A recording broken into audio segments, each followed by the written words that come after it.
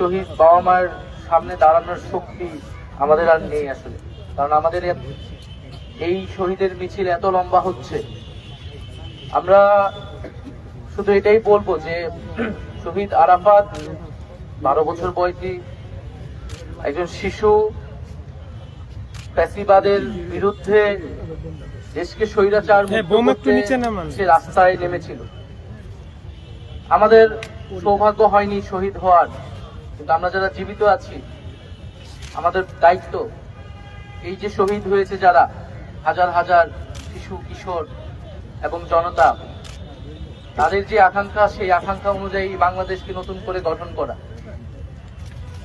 আমরা দেখেছি যে আন্দোলনে স্কুল কলেজ শিক্ষার্থীর পাশাপাশি মাদ্রাসা শিক্ষার্থীদের ব্যাপক অংশগ্রহণ এবং রক্তত্যাগ, আত্মত্যাগ রয়েছে। আমরা শুধু এই আন্দোলনই না, এই সরকারের পুরা 15 বছরের ফ্যাসিবাদী শাসনকালে আমরা দেখেছি যে মাদ্রাসার শিক্ষার্থীদের প্রতি বিগত সরকারের একটা আলাদা ধরনের ক্ষোভ ছিল। মাদ্রাসা শিক্ষার্থীরা বিভিন্ন সময় সরকারের রোষানলে পড়েছে, বঞ্চনা এবং অবহেলার শিকার হয়েছে। আমরা 13 সালে শাপলা হত্যাকাণ্ডের সময়ও দেখেছি যে মাদ্রাসার শিক্ষার্থীদের উপর কিভাবে পুলিশি নিপীড়ন চলেছিল। কিন্তু তারপরেও মাদ্রাসার শিক্ষার্থীরা রাস্তায় এই জুলাই আন্দোলনে নেমেছে। স্কুল কলেজ শিক্ষার্থীদের, বিশ্ববিদ্যালয়ের শিক্ষার্থীদের কাঁধে কাঁধ মিলিয়ে তারা লড়াই করেছে। আমরা সেই লড়াইকে স্যালুট জানাই, শ্রদ্ধা জানাই। এবং সমাজে যেই বিভাজন শেখ হাসিনা সবসময় করে রাখার চেষ্টা করেছিল, এই জুলাই আন্দোলনের মধ্যে দিয়ে সেই বিভাজন দূর হয়েছে।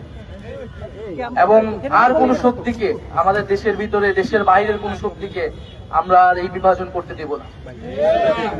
বাংলাদেশের জন্য, বাংলাদেশের স্বাধীনতার সার্বভৌমত্বের জন্য যারা লড়াই করবে, আমরা সবাই কাঁধে কাঁধ মিলে একসাথে আছি, ঐক্যবদ্ধভাবে আছি। এবং এই জুলাই আন্দোলন যেভাবে গুলি চলেছে, এখনো আপনারা হাসপাতালে গেলে বা যারা আহত অবস্থায় আছেন, এত ব্রুটালি এবং এইভাবে যে পঙ্গুত্ব বরণ করেছে, এটা আর কোনো আন্দোলনে এরকম হয়েছে কিনা আমার জানা নেই। এরকম পঙ্গুত্ব বরণ করতে আমি দেখি নেই, যেভাবে মানুষের হাত পা চোখ নষ্ট হয়েছে। যুদ্ধ আহত হলেও এইভাবে আসলে পঙ্গুত্ব বরণ করতে হয় না। তো যারা বেঁচে আছে আহত অবস্থায়, তাদের বেঁচে থাকাটা অনেক বেশি কষ্টের, অনেক বেশি যন্ত্রণার। আমরা জানি, আমরা সেই যন্ত্রণা, সেই কষ্টের প্রতি সবসময় সমবেদনশীল। আমরা সকল শহীদ পরিবার, আরাফাত সহ সকল শহীদ পরিবারের প্রতি সমবেদনশীল। এবং এই সরকার অবশ্যই এই শহীদ পরিবার এবং আহতদের পরিবারকে রাষ্ট্রীয় মর্যাদায় পুনর্বাসন করবে। এবং তারাই এই জাতির শ্রেষ্ঠ সন্তান, এবং তাদের যে রক্তত্যাগ, সেই আকাঙ্ক্ষা অনুযায়ী আমরা বাংলাদেশকে গঠন করব। এবং মাঝে মাঝে আসলে আমরা যারা সরকারে আছি, আমরা তো সবসময় বলতে পারি না, কারণ আমরা নিজেরাই সরকারে আছি, আমাদের সরকারের ব্যর্থতা বা সীমাবদ্ধতা নিয়ে। কিন্তু কষ্ট হয় যখন আমরা দেখি যে আমরা এই শহীদ পরিবার, আমরা এই জুলাই গণহত্যা, আমরা আমাদের এই গণহত্যাকারীদের বিচার, এগুলা বাদ দিয়ে আরো নানান ইস্যু নিয়ে আমরা কথা বলি।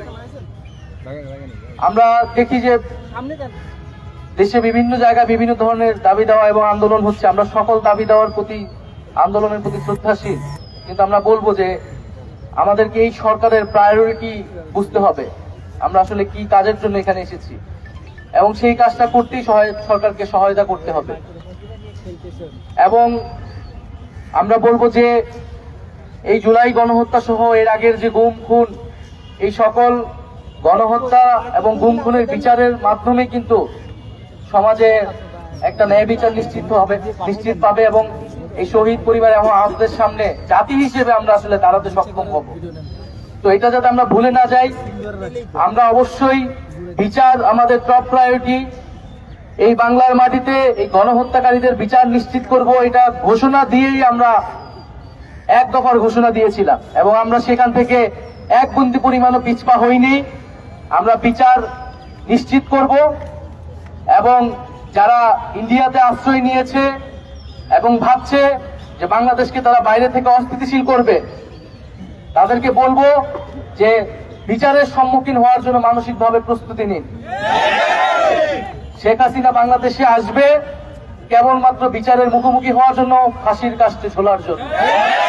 ধন্যবাদ সবাইকে।